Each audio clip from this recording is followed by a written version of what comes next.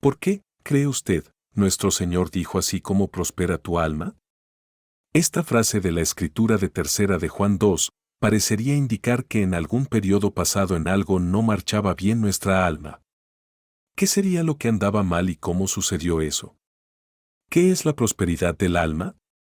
¿Cuál es el resultado de que no prospere el alma? ¿Qué hacer para que ahora nuestra alma pueda prosperar? En este capítulo encontraremos las respuestas a estas preguntas. El hombre es una criatura de espíritu, alma y cuerpo. Entonces Jehová Dios formó al hombre del polvo de la tierra y sopló en su nariz aliento de vida, y fue el hombre un ser viviente. Dijo Dios, hagamos al hombre a nuestra imagen, conforme a nuestra semejanza, y señoree en los peces del mar, en las aves de los cielos, en las bestias, en toda la tierra, y en todo animal que se y creó Dios al hombre a imagen de Dios lo creó, varón y hembra los creó.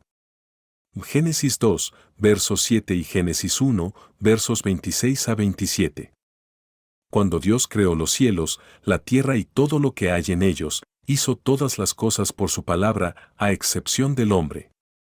Formó al hombre del polvo de la tierra con sus manos y a su misma semejanza, parecido a él, y luego le dio al hombre el hálito de vida soplando en sus narices. El vocablo hebreo usado para el aliento que Dios sopló en el hombre es ruach, el mismo significa viento o espíritu. Cuando Dios sopló ese hálito de vida en el hombre, éste se convirtió en un alma viviente. Para alma se utiliza en hebreo el término nepes. Así que cuando Dios sopló en el hombre, que había sido formado del polvo de la tierra, creó su alma. Como Dios mismo es la Trinidad de Padre, Hijo y Espíritu Santo, así nosotros que fuimos creados a su semejanza también tenemos tres partes, espíritu, alma y cuerpo. Y el mismo Dios de paso santifique por completo, y todo vuestro ser, espíritu, alma y cuerpo, sea guardado irreprensible para la venida de nuestro Señor Jesucristo. Primera Tesalonicenses 5, verso 23. Luego espíritu, alma y cuerpo humanos, creados a la imagen de Dios, tienen las diferentes funciones siguientes. Primero, el espíritu es la vasija que recibe a Dios. Por eso si no es por medio del espíritu no podemos conocer a Dios. Por medio del espíritu oramos a Dios, lo alabamos, lo adoramos y podemos conocer su voluntad. Las personas que no conocen a Dios dicen que Él no existe porque su propio espíritu está muerto. Además, el espíritu contiene a la conciencia, la cual señala el camino correcto de esta vida. La conciencia tiene la capacidad intuitiva de conocer la verdad de Dios. Por tanto, nuestro espíritu constituye la única vía por la cual podemos comunicarnos con Dios. Segundo, la personalidad humana radica en el alma. La personalidad es la cualidad que combina el conocimiento, la emoción y la voluntad por medio de la cual el hombre adquiere sabiduría y razonamiento, capta las diferentes emociones de arrastra sobre la tierra alegría, enojo, tristeza o agrado y toma decisiones. El alma tiene conciencia de la propia existencia, entonces el alma es realmente la personalidad. Es por eso que la Biblia se refiere al ser humano como alma. Tercero, el cuerpo tiene 5 sentidos que son la capacidad de ver, de oír, de oler, de gustar y de palpar. El espíritu reconoce su entorno mediante el cuerpo. Entonces la frase de la Escritura así como prospera tu alma indica que el camino que conduce hacia la prosperidad del alma es el estado de equilibrio en el cual las tres partes, espíritu, alma y cuerpo, funcionan adecuadamente. Ese equilibrio de la prosperidad exige que el espíritu, por voluntad de Dios, tenga dominio sobre el alma y que el alma tenga dominio sobre el cuerpo. El cuerpo abandona toda la lascivia de la carne y actúa en obediencia a lo que le indican el espíritu y el alma. Podemos encontrar un equilibrio tan creativo de nuestra naturaleza tridimensional en Adán. Por cuanto antes de su caída él tenía en su espíritu a Dios, se comunicaba con Dios, oía la voz de Dios, vivía según la orientación de una conciencia limpia y disfrutaba de las abundantes bendiciones de Dios. Como su alma estaba bajo el control de su espíritu, obediente a la voluntad de Dios, su mente se llenaba del conocimiento de Dios y sus emociones abundaban en sentimientos impartidos por el Espíritu Santo. Al tomar sus decisiones conforme a la voluntad de Dios, no cometía errores. Por estar el cuerpo bajo el control de su espíritu, él podía mitigar sus deseos y evitar de caer presa de sus apetencias desmedidas. Adán fue el hombre que vivió en modo espiritual y se comunicaba constantemente con Dios. Él sabía de dónde había venido, a dónde iba y por qué. Estaba vivo. Sus 5 sentidos le decían que este mundo era hermoso y perfecto y que Dios era un Dios bueno. Dios el Padre era el creador personal, quien deseaba comunicarse y tener una dulce comunión con los seres humanos. El hombre estaba hecho para servir a Dios, para vivir espiritualmente de acuerdo con la dirección que recibía del Espíritu Santo. El hombre, quien había sido creado con espíritu, alma y cuerpo, tenía similitud con un vaso de barro. Y que, si Dios, queriendo mostrar su ira y hacer notorio su poder, soportó con mucha paciencia los vasos de ira preparados para destrucción y para hacer notorias las riquezas de su gloria, las mostró para con los vasos de misericordia que él preparó de antemano para gloria, a los cuales también ha llamado, esto es, a nosotros. Romanos 9, versos 22 y 24. Una vasija, o vaso de barro, tiene muy poco valor en sí mismo. Es sólo al contener algo que el vaso adquiere verdadero valor. Siendo que nosotros somos constituidos vasos, no podemos conocer el valor que representamos, solo al tener a Dios en nosotros adquirimos valor. Las vasijas por su naturaleza indefectiblemente se las llena con algo. A menos que conservemos limpio un recipiente y lo llenemos con sabroso alimento, o lo usemos para la conservación de algo, se nos llenará de polvo de cualquier modo, dejando de estar realmente vacía en poco tiempo. Los seres humanos somos receptivos, por eso absorbemos ya sea el Espíritu Santo en nuestras almas o el espíritu del mal. Algunas personas afirman, yo no tengo el Espíritu Santo, pero tampoco el espíritu del mal, soy neutral. Esta opinión manifiesta ignorancia. No está en la potestad del ser humano obtener el Espíritu Santo ni tampoco el espíritu del mal. Cuando el Espíritu Santo mora en nuestro vaso de barro, nuestras vidas resplandecen de vida y somos honrosos, porque tenemos este tesoro en vasos de barro, para que las excelencias del poder sea de Dios y no de nosotros. 2 Corintios 4, verso 7. El hombre fue creado para ser templo de Dios. ¿No sabéis que sois templo de Dios y que el Espíritu de Dios mora en vosotros? 1 Corintios 3, verso 16. Si el hombre fue creado para ser templo de Dios, debería tenerle dentro y vivir para adorarle. A menos que Dios habite el templo humano, el espíritu del mal entrará sin tardanza en ese templo vacío y lo convertirá en su morada. El hombre fue creado para tener espíritu, alma y cuerpo, destinado a vivir con Dios en su espíritu humano, obediente a la voluntad de Dios. Por desgracia rompió el hombre el orden de la creación y se hundió en el pecado. La existencia del hombre caído, el término Edén significa gozo, y de hecho el jardín del Edén era el jardín del gozo donde todas las necesidades de Adán y Eva estaban admirablemente previstas. Dios le dijo a Adán que él podría comer todo lo que había en el jardín exceptuando la fruta de un árbol, mas del árbol de la ciencia del bien y del mal no comerás, porque el día que de él comieres, ciertamente morirás. Génesis 2, verso 17. Por el engaño de Satanás, Adán consintió en ser persuadido por Eva a comer del fruto de ese árbol, y Adán recibió la sentencia de muerte de parte de Dios. Morir es cosa diferente de desaparecer. En este mundo, nada desaparece. Si una porción de papel, por ejemplo, se quema en el fuego, según la ley de la constancia de la masa, se convertirá en la misma masa de gases y cenizas. Ese trozo de papel no cayó en la nada en el universo. Como el papel es el caso del hombre. Si una persona muere, solo se suspende el diálogo entre esa y otras personas. No desaparece la persona. Al morir el hombre, el cuerpo permanece pero no tiene la facultad de dialogar con otros o expresarle sentimientos de felicidad o disgusto. La muerte equivale a una intercepción en el diálogo. Tan pronto como Adán cayó, su espíritu quedó muerto hacia Dios y el diálogo entre Adán y Dios cesó. Algunos preguntan, ¿Acaso cuando Adán sí comió del fruto del árbol prohibido no continuó viviendo?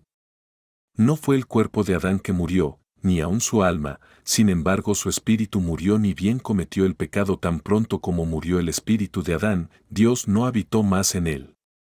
Desde ese entonces el hombre ha estado desconectado de Dios y no puede recibir conocimiento de parte de Dios. La comunicación con Dios quedó trunca. El hombre no tuvo más el conocimiento de dónde procedía o hacia dónde iba, por qué estaba vivo, ni cómo debía vivir. Desde el momento en que murió el espíritu de Adán, aquellos descendientes suyos que no creen en Jesucristo tampoco tienen diálogo con Dios, pues sus espíritus están muertos. No pueden sentir la gracia de Dios en sus corazones, aunque puedan oír la voz de Dios. No pueden ser conmovidos en su interior por el Espíritu Santo, ni pueden comprender el amor demostrado en la cruz. Hasta que no se arrepientan. Ni siquiera pueden sentir vergüenza ni temor cuando piensan en la ira de Dios. Y no hay arrepentimiento como resultado. Después de la caída, no solo que el espíritu de Adán murió, sino que fue expulsado del jardín del Edén. Y lo sacó Jehová del huerto del Edén, para que labrase la tierra de que fue tomado. Génesis 3, verso 23. Ahora las personas que no creen en Jesucristo son expulsadas de la presencia de Dios, del seno de Dios y del mundo de sus bendiciones. Mientras habitan este mundo, deambulan como almas perdidas sin conocer su destino final ni la dirección que debieran seguir. Aunque tengan abundancia de alimentos y ropa cara para vestir, aunque vivan en espléndidas casas y no les falte nada, sus circunstancias materiales se esfuman como vapor y lo único que les queda es un deambular sin fin. No hay un ser más trágico que el desechado. Puede vivir desechado por un tiempo, pero su fin es como el de la hoja arrastrada por el viento. La caída de Adán no terminó tampoco con la muerte de su espíritu y su expulsión del jardín del Edén. Adán y Eva, siendo creados a la imagen de Dios, deberían haber permanecido como obedientes siervos de Dios. Sin embargo, ellos se negaron a obedecer la palabra de Dios y fueron engañados por el diablo, convirtiéndose así en siervos del diablo. El Espíritu Santo abandonó al ser humano, quien había sido creado para ser una vasija para el Espíritu Santo, y un espíritu del mal ocupó el lugar del Espíritu Santo. Así dice Primera de Juan 3, verso 8, el que practica el pecado es del diablo, porque el diablo peca desde el principio. De esta manera, Adán y Eva desde ese momento pertenecían al diablo por haber pecado, fueron siervos de él. En la vasija donde Dios había hecho morada, el diablo entró y comenzó su trabajo. La obra de Dios es dar vida a sus ovejas y dársela en abundancia, pero la obra del diablo es robar, matar y destruir. Adán y Eva fueron expulsados del jardín del Edén, donde crecía el árbol de la vida, hacia un mundo de espinos y marañas de dificultades, al esfuerzo y la desesperación. Cuando una persona se hace siervo del diablo, el espíritu del mal entra en él y toma posesión de él, y él os dio vida a vosotros, cuando estabais muertos en vuestros delitos y pecados, en los cuales anduvisteis en otro tiempo, siguiendo la corriente de este mundo, conforme al príncipe de la potestad del aire, el espíritu que ahora opera en los hijos de desobediencia. Efesios 2, versos 1 y 2. Si el espíritu de Satanás entra en una persona, ese espíritu captura la mente y el cuerpo y así hace que esa persona desacate a Dios. Luego logra que la persona vuelva su espalda a Dios y se rebele contra él.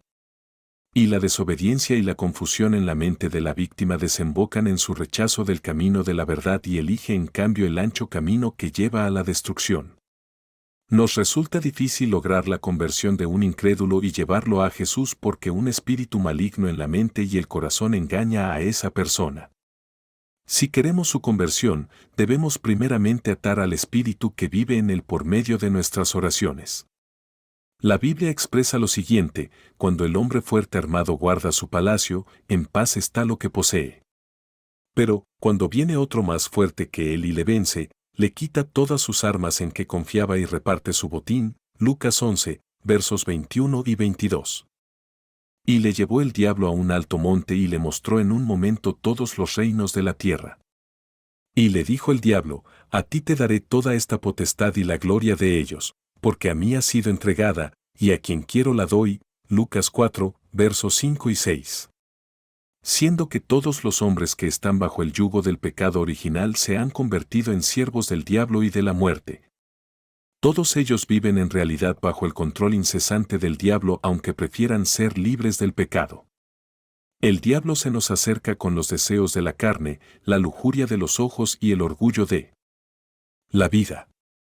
Los que se han hecho siervos del diablo luchan contra el poder de la lujuria y viven en temerosa reverencia. En Hebreos 2,14 y 15, leemos: para destruir por medio de la muerte al que tenía el imperio de la muerte, esto es, al diablo, y librar a todos los que por el temor de la muerte estaban durante toda la vida sujetos a servidumbre. Este pasaje nos hace ver que Jesús vino para desatar a aquellos que estaban esclavizados por el diablo. El juicio y la ira de Dios son el desenlace final para aquellos que se han hecho siervos del diablo. Con la muerte del espíritu del hombre y el fin del diálogo con Dios, el hombre perdió el conocimiento esencial que es capaz de discernir el propósito y la orientación de su vida. Al depender puramente de su conocimiento humano y de su experiencia, esa persona es avasallada por sentimientos y emociones propias y decide llevar adelante su vida desde un punto de vista egoísta. El alma humana siempre impone su parecer, y así el hombre se ha vuelto totalmente egocéntrico. Un ejemplo es el caso de Caín, quien mató a su hermano Abel. En la Biblia leemos: porque no tenemos lucha contra sangre y carne, sino contra principados, contra potestades, contra los gobernadores de las tinieblas de este siglo, contra huestes espirituales de maldad en las regiones celestes. Efesios 6, verso 12. Por lo tanto, la predicación misma es una lucha espiritual. Pero el hecho de que nosotros creamos en Jesús es la prueba de que hemos triunfado en esa batalla espiritual. Cierto día vino a mí una mujer pidiendo consejos sobre un problema con su hijo. Con lágrimas me dijo: pastor, he hecho todo lo posible por mi hijo y no creo que haya faltado nada en mis esfuerzos por ser una buena madre. Le doy una mensualidad que alcanzaría para sus necesidades, pero a menudo abandona el hogar y se lleva algún objeto para venderlo diciendo que el dinero que le damos no es suficiente. Hay ocasiones en que no regresa a casa por varios días. Son más los días que está ausente de la escuela que los que está presente. Ya lo he reprendido, pero se está poniendo violento. Todos mis esfuerzos han sido en vano. ¿Cómo podría yo resolver este problema? Este problema no le ha venido por ser enteramente malo su hijo, respondí. Un espíritu maligno ha tomado control de su alma y lo hace comportarse de ese modo. Como los espíritus malos no salen sino por oración y ayuno, usted debe ayunar y orar para liberar a su hijo de la esclavitud a ese espíritu malo. Entonces él cambiará. El poder que lanza a una cantidad de personas al pozo de la desesperación es el espíritu de Satanás. Ese poder hurta y destruye. Satanás se ufana de que todos los que componen la raza humana se han convertido en sus siervos desde la caída de Adán. La codicia levantó contiendas que resultaron en la sangrienta historia de las guerras entre las naciones y también las peleas entre una persona y otra. La pasión fue a la cabeza en todas las áreas de las principales actividades humanas. Aún se llegó al pecado de cortar la vida humana en un arranque de pasión. Una alarmante situación de ese estilo ya la encontramos en Génesis 4, verso 23, un varón mataré por mi herida y un joven por mi golpe. Los que no tienen fe en Dios viven en manera disoluta, atrapados por una lujuria de la carne muy similar a la de los animales, y no escaparán al juicio de la ira de Dios. La Biblia declara que el fin de las personas que desobedecen a Dios será violento, porque el mal que los domina será violento. Dice: el que cree en el Hijo tiene vida eterna, pero el que rehúsa creer en el Hijo no verá la vida, sino que la ira de Dios está sobre él. Juan 3, verso 36. El que venciere heredará todas las cosas, y yo seré su Dios y él será mi hijo. Pero los cobardes e incrédulos, los abominables y homicidas, los fornicarios y hechiceros, los idólatras y todos los mentirosos tendrán su parte en el lago que arde con fuego y azufre, que es la muerte segunda. Apocalipsis 21, versos 7 y 8. Porque la paga del pecado es muerte, mas la dádiva de Dios es vida eterna en Cristo Jesús Señor nuestro. Romanos 6, verso 23. Por tanto, como el pecado entró en el mundo por un hombre, y por el pecado la muerte, así la muerte pasó a todos los hombres, por cuanto todos pecaron. Romanos 5, verso 12. Las personas que se guían por los dictámenes de su propia alma saben lo frágil que somos al orgullo. Cuando Dios vio a la gente viviendo según los deseos de la carne, le pesó haberle dado vida. Leemos en Génesis 6, verso 3 que Dios dijo: no contenderá mi espíritu con el hombre para siempre, porque ciertamente él es carne. Al llegar el diluvio, Dios destruyó toda carne exceptuando a Noé y su familia. Pero sus descendientes continuaron viviendo vidas centradas en sí mismas y sin Dios porque seguían estando muertos en espíritu. Cuando se multiplicaron y llegaron a ser un pueblo fuerte, comenzaron a construir la Torre de Babel, símbolo de su egocentricidad. Y dijeron: vamos, edifiquémonos una ciudad y una torre cuya cúspide llegue al cielo, y hagámonos un nombre, por si fuéremos esparcidos sobre la faz de toda la tierra. Génesis 11, verso 4. Dios vio su orgullo y les envió su juicio por el cual confundió su idioma.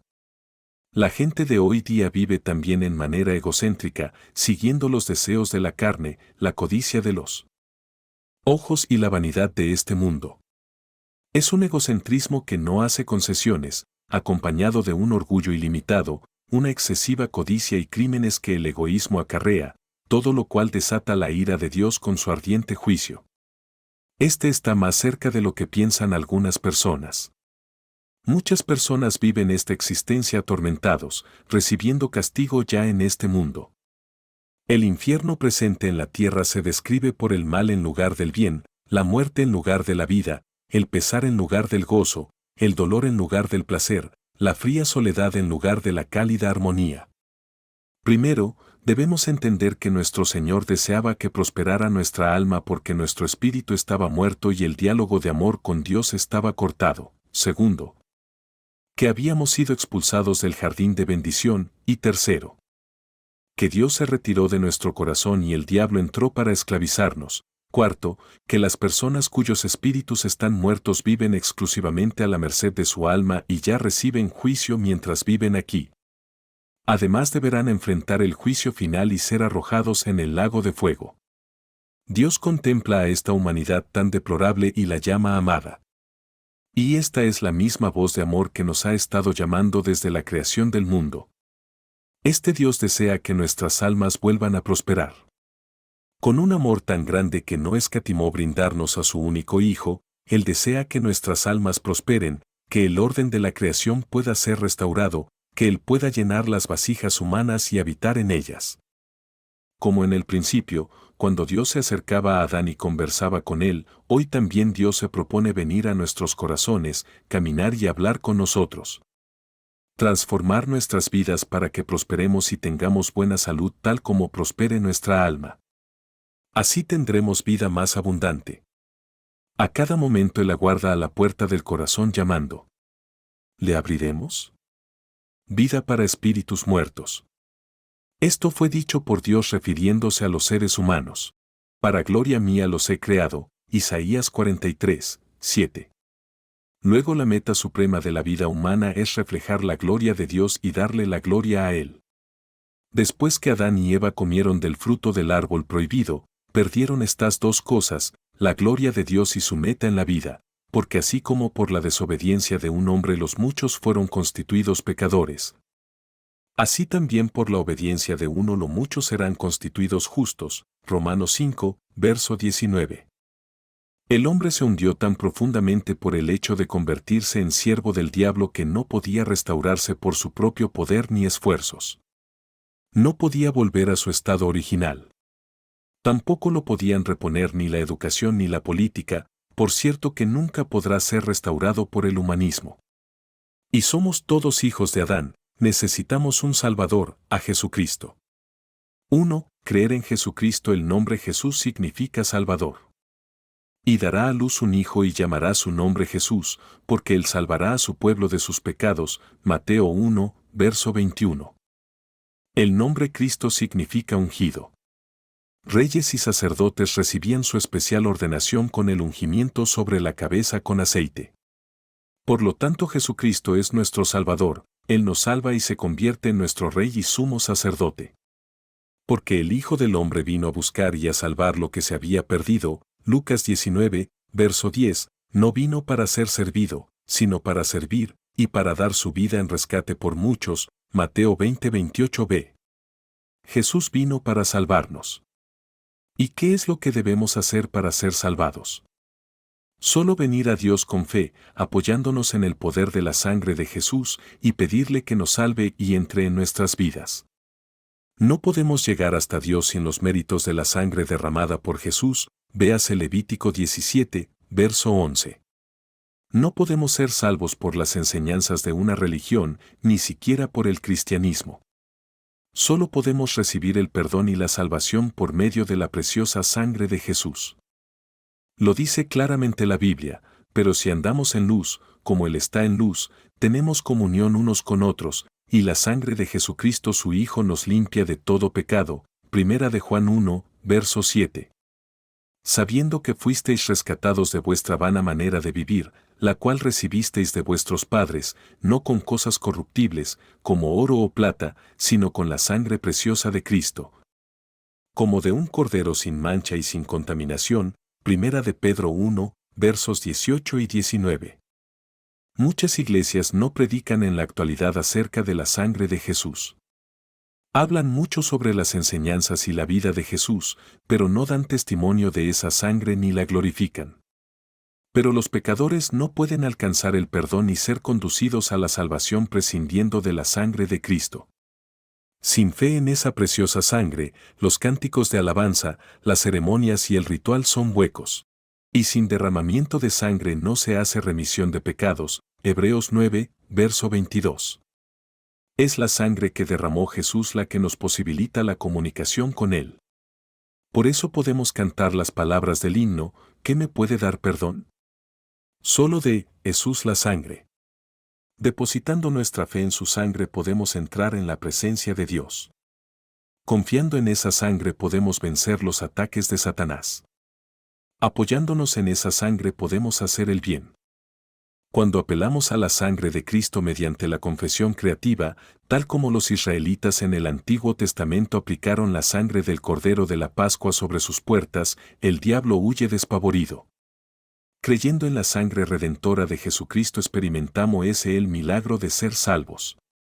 Porque de tal manera amó Dios al mundo, que ha dado a su Hijo unigénito, para que todo aquel que en él cree no se pierda, mas tenga vida eterna. Juan 3, verso 6, y que creáis que Jesús es el Cristo, el Hijo de Dios, para que creyendo, tengáis vida en su nombre. Juan 20, verso 31.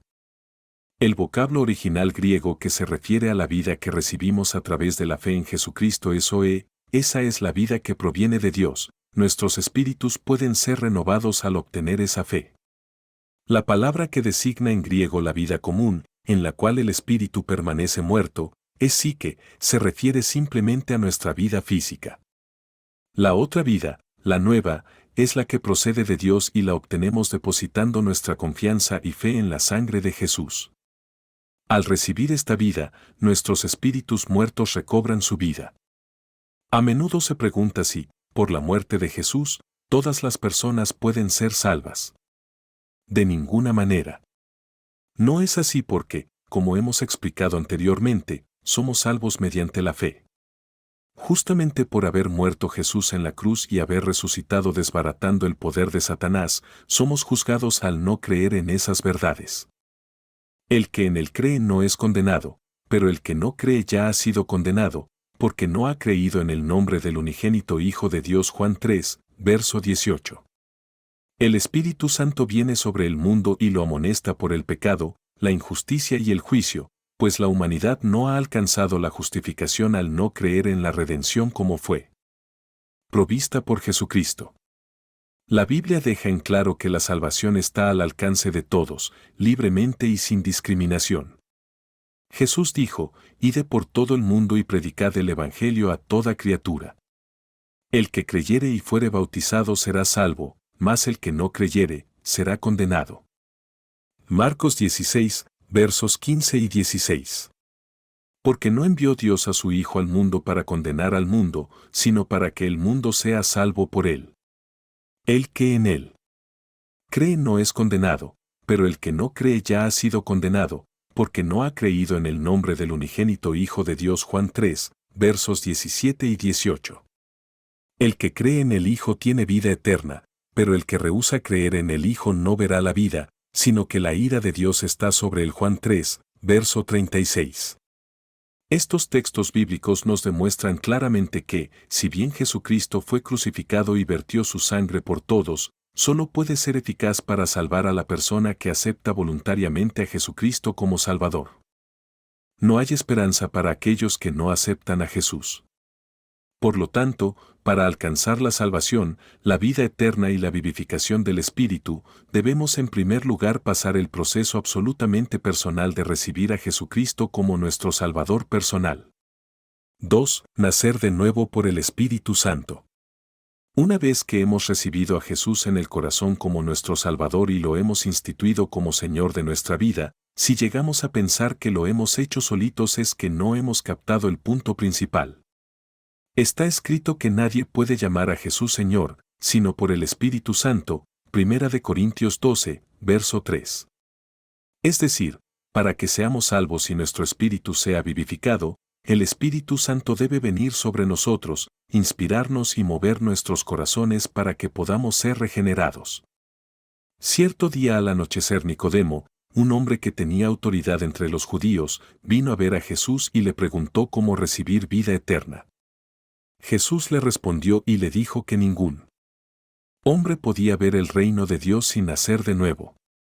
En estas palabras, nacer de nuevo, se concentraron todos los pensamientos de Nicodemo, porque él había deseado toda su vida el reino de Dios. Pero él sabía que no podía entrar en la vientre de su madre y nacer de nuevo, entonces no entendía lo que Jesús quería decir. Jesús le dirigió estas palabras: el que no naciere de agua y del Espíritu, no puede entrar en el reino de Dios. Lo que es nacido de la carne, carne es, y lo que es nacido del Espíritu, Espíritu es. No te maravilles de que te dije, es necesario nacer de nuevo, véase Juan 3, versos 5 al 7. El Espíritu Santo viene primero a convencernos de nuestro pecado y a traernos la salvación. Así logra que reconozcamos nuestra situación y que nos arrepintamos. Él nos hace percatar de que no son nuestros hechos los que nos pueden justificar, sino la sangre de Jesucristo. Al convencernos de juicio, Él nos hace entender que Satanás, el príncipe de este mundo, ha sido juzgado por la cruz de Cristo. Estas cosas nos ayudan a confesar nuestros pecados y a creer en Jesús. Sin la operación del Espíritu Santo no podemos ni recibir la salvación ni entenderla. Todas las personas nacen de progenitores humanos, por lo cual son carne. Al practicar una religión, nuestra carnalidad se vuelve religiosa. Si nos comportamos según una norma ética y moral, nuestra carnalidad se vuelve ética y moral. Si recibimos una esmerada educación, nuestra carnalidad se vuelve educada. Es que la carne permanece siendo carne y no puede convertirse en espíritu. Solo podemos llegar a ser personas espirituales cuando nacemos de nuevo por el Espíritu Santo y recibimos la vida espiritual. Al nacer del Espíritu Santo, es Él quien entra en nosotros para hacer su morada y ser nuestro jefe. Al hecho de ser libertado de Satanás por creer en la muerte y resurrección de Jesucristo se lo llama nuevo nacimiento. Pasamos de ser esclavos del diablo a ser hijos de Dios.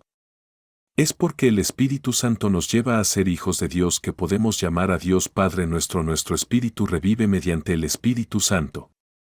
Y por cuanto sois hijos, Dios envió a vuestros corazones el Espíritu de su Hijo, el cual clama, Abba, Padre.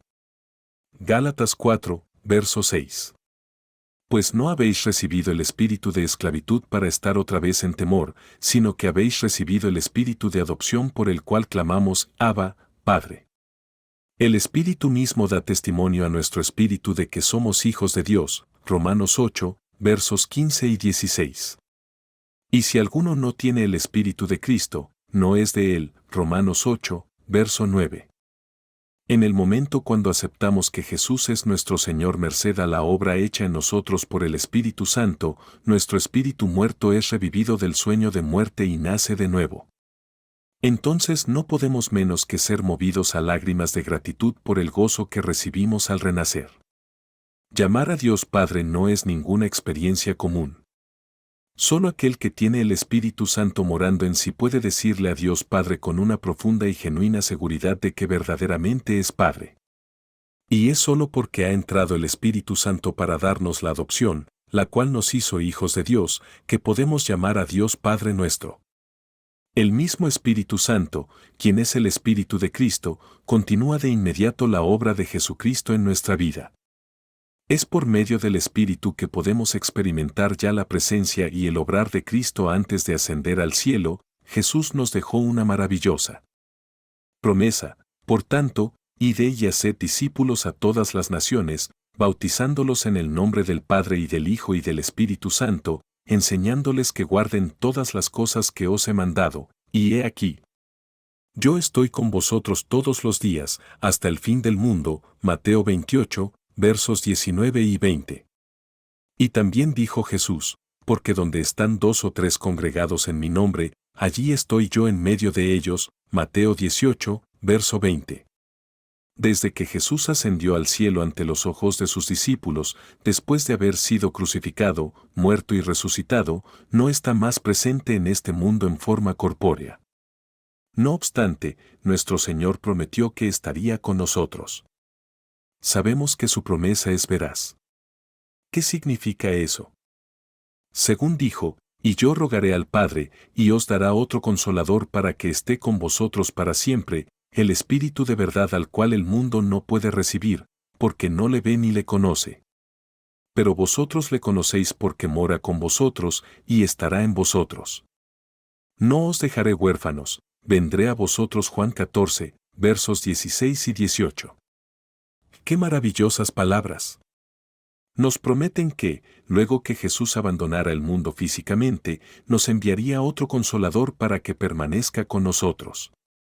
En este caso consolador se refiere a alguien que tiene la función de estar siempre junto a una persona para ayudarla.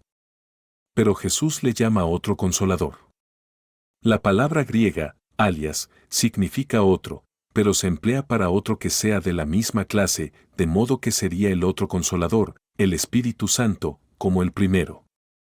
También añadió Jesús, pero cuando venga el Espíritu de verdad, Él os guiará a toda la verdad, porque no hablará por su propia cuenta, sino que hablará todo lo que oyere, y os hará saber las cosas que habrán de venir. Él me glorificará, porque tomará de lo mío y os lo hará saber. Juan 16, versos 13 y 14. Lo que esto está indicando es que otro consolador, el Espíritu Santo, continuará la obra comenzada por Jesús. Él ha resucitado y su asiento es a la diestra de Dios, el Padre. El Espíritu Santo, nuestro consolador, viene desde entonces a nosotros y prosigue con la obra hecha por Jesús de la misma manera. La llegada del Espíritu Santo continuó el ministerio de Jesús. La plenitud del Espíritu Santo es la plenitud de Jesús, como también la presencia del Espíritu es la presencia de Jesús. Así es que el Espíritu Santo da vida a nuestro espíritu muerto, así como Jesús resucitó al hijo de una viuda, revive nuestra vida espiritual como Jesús resucitó a Lázaro, y de ese modo nos hace hijos de Dios. El Espíritu Santo nos permite reanudar el diálogo espiritual con Dios, derrumbando el muro entre el hombre y Dios. Mediante su obra hemos sido libertados de la esclavitud del diablo y llegamos a experimentar el misterio de vivir en estrecha comunión con Jesús. Está expresado con claridad en la Biblia, aun estando nosotros muertos en pecados, nos dio vida juntamente con Cristo. Y juntamente con Él nos resucitó, y asimismo nos hizo sentar en los lugares celestiales con Cristo Jesús. Efesios 2, versos 5 y 6. Dios perdonó nuestros pecados por la sangre de Jesús, habiendo pagado por ellos Él mismo. Juntamente con la resurrección de Jesús, Dios nos devolvió la vida a nosotros que estábamos muertos en nuestros pecados. Y Jesús se levantó de la muerte, no Él solo, sino con nosotros. Porque no se trata solamente de que Jesús haya vivido en la región de Judea hace 2000 años, sino que vive con nosotros hoy. Así es que nosotros no estamos de ninguna manera solos, porque Jesús está en nosotros y nosotros en Jesús. Ahora y en adelante vivimos todos juntos en unidad como hermanos.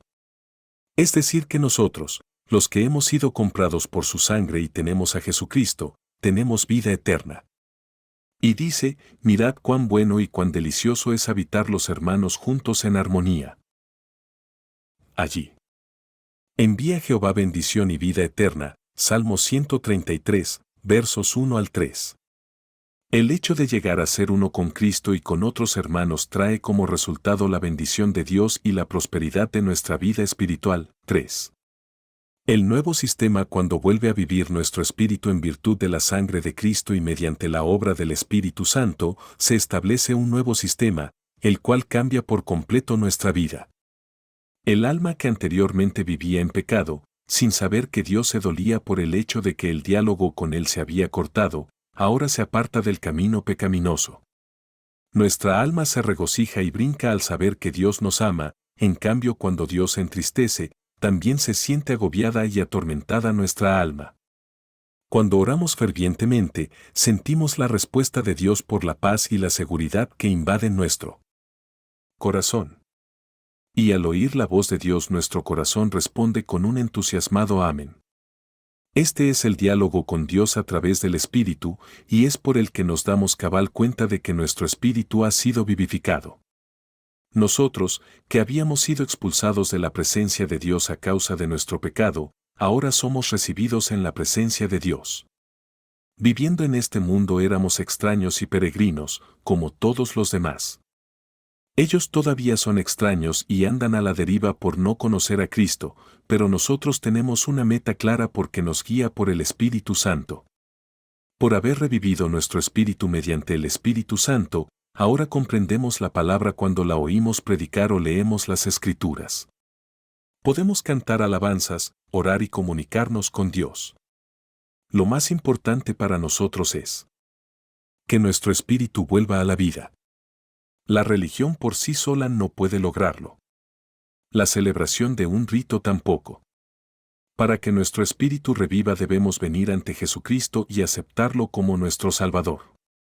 Solo entonces el Espíritu Santo, el Espíritu de Cristo, vivificará nuestro espíritu con su soplo. El hecho de que nuestro espíritu esté ahora vivo demuestra que el Espíritu Santo vive dentro de nosotros. En el sistema nuevo que está ahora vigente desde que Dios está dentro de nosotros, la esclavitud a Satanás y su opresión han sido deshechas y quitadas. Ahora sí vive nuestro espíritu y comienza a prosperar, pero es necesario que pasemos por un estado de conmoción a causa del derrumbe de aquel viejo sistema. Nuestra alma se resiste al cambio y le duele. Sin embargo, no hay por qué preocuparse, porque aunque nuestra alma se resista con cuanta violencia pueda, está destinada a obedecer a nuestro espíritu renovado. Si usted que está oyendo esta conferencia tiene la convicción de que el Espíritu Santo mora en usted, Él ya es el dueño de su vida y la victoria es suya.